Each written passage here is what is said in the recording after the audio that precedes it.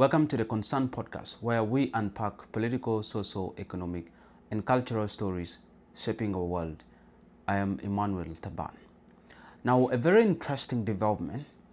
On the 23rd, just a couple of days ago, the Council of Ministers had a meeting, an extraordinary meeting, where they had discussed very important matters, and one of the matters include the amendment of the revitalized peace agreement and things to do. So many things. But one of the major issues that they also resolved during that Council of Ministers meeting, was the unanimous agreement by the ministers that the Vice President for Gender and Youth Cluster, that is Mama Rebecca Nyandeng, will actually assume the role of the first Vice President, Dr. Riek Machar, as he's still under trial. And this is a very important move that we are going to look at in this video. But before we proceed, if this is your first time watching a video on this channel, please subscribe, hit on the notification button, like, comment, share, of course, if it interests you. And for those who have been supporting us, thank you so much for doing so. It's a way of making this channel grow, and when it grows, it motivates us to make more videos back to back. Now, back to the purpose of this video. Now, we all know that according to the Revitalized Peace Agreement, the Revitalized Peace Agreement had set 4 clusters, and all these clusters were to be led by different vice presidents, including the first vice president. We had the economic cluster, we had the service cluster, we had the infrastructure cluster, we have the youth and gender and youth cluster, and also had the governance cluster. So the governance cluster was supposed to be headed and led by the first vice president, according to the Revitalized Peace Agreement, and that is Dr. Riek Machar, and he is supposed to chair all the meetings regarding issues to do with this cluster. And the most interesting thing is also that there are so many prominent ministries that actually fall under the governance cluster, according to the Revitalized Peace Agreement. And one of these ministries include the Ministry of Interior, the Ministry of Information, Communication, Technology and Postal Services, the Ministry of Parliamentary Affairs, the Ministry of Justice and Constitutional Affairs, and the Ministry of Ministry of Interior, if I mention that. So these ministries, they all fall under the governance cluster, which were supposed to be led by Dr. Machar, the first vice president. But in the absence of Machar, according to the Revitalized Peace Agreement, that in the absence, and I'm going to read this part of the Revitalized Peace Agreement, which he actually gave a way on how the assumption of the role of the governance cluster would be actually given in the absence of the first vice president. I'm going to read this part. I'm just going to place it on the screen and you will read it. Here it goes.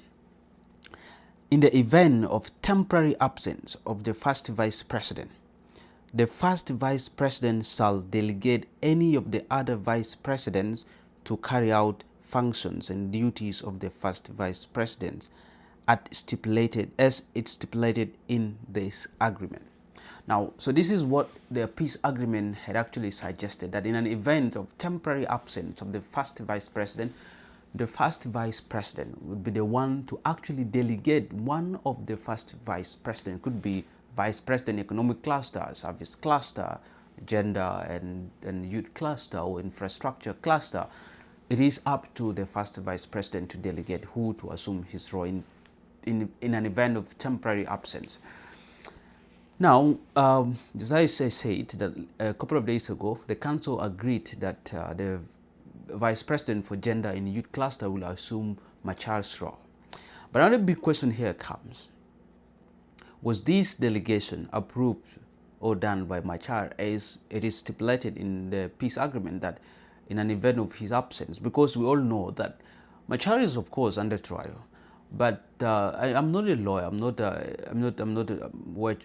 very well equipped with how the law is supposed to be interpreted. But I feel that when someone is charged, when someone is accused of a crime, he is innocent until proven guilty. So, and this could actually mean that Machar is only temporarily absent in his office. So he is under trial, of course, but that does not make him completely not the first vice president. So that is an event of temporary absence. So just like the peace agreement had stated, I feel like Machar should have been the one to actually delegate Nyandeng to assume his role of the first vice president, or playing his duties regarding the governance cluster. And just maybe for context, I mean, the governance cluster is a very, very important cluster in this setting here, in the setting of all this government of national unity. Because when we look at the ministries that were actually given to be under the governance cluster, these are very prominent ministries. The Ministry of Justice and Constitutional Affairs, this looks into the laws, strengthening the laws of the country.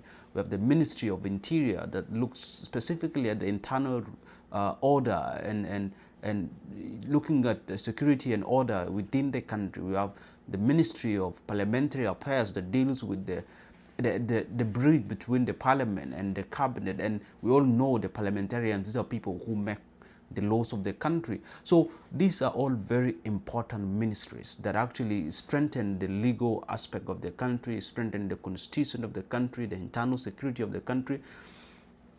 And it will only be fair that as the country heads towards an election, there should always be someone who assumes that role, because this is a critical moment where we need to feel that the constitutionalism is upheld, the rule of law is upheld and order in the country, and the legal institutions in the country are all functional.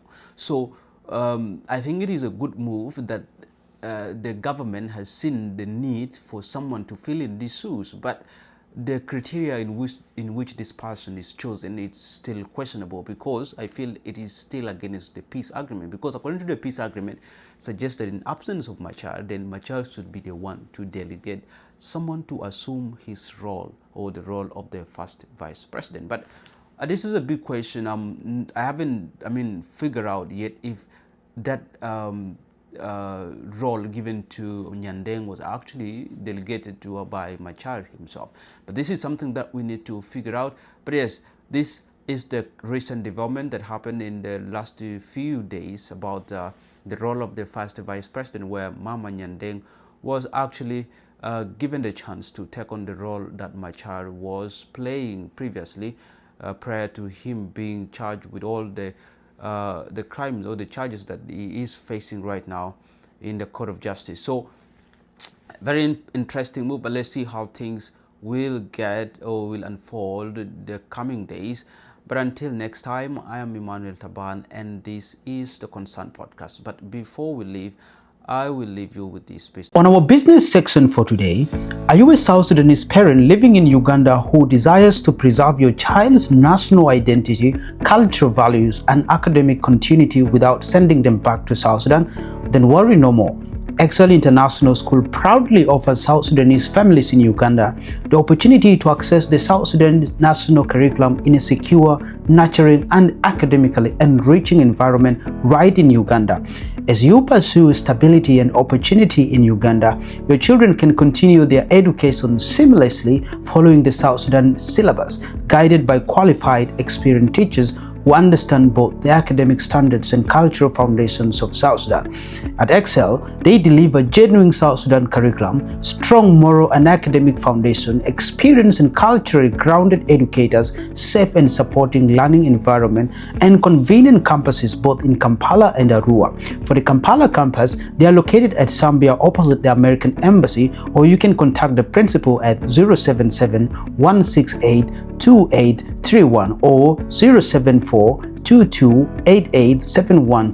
And the Arua campus is located at Adalafu in Arua City, or you can contact the management at 077-3498-768. Admission for the 2026 and registration for the 2026 academic year is ongoing. Parents are encouraged to register early as places are limited. Give your children an education that connects them to home, heritage, and hope without borders. Excel International School. Fear God to excel.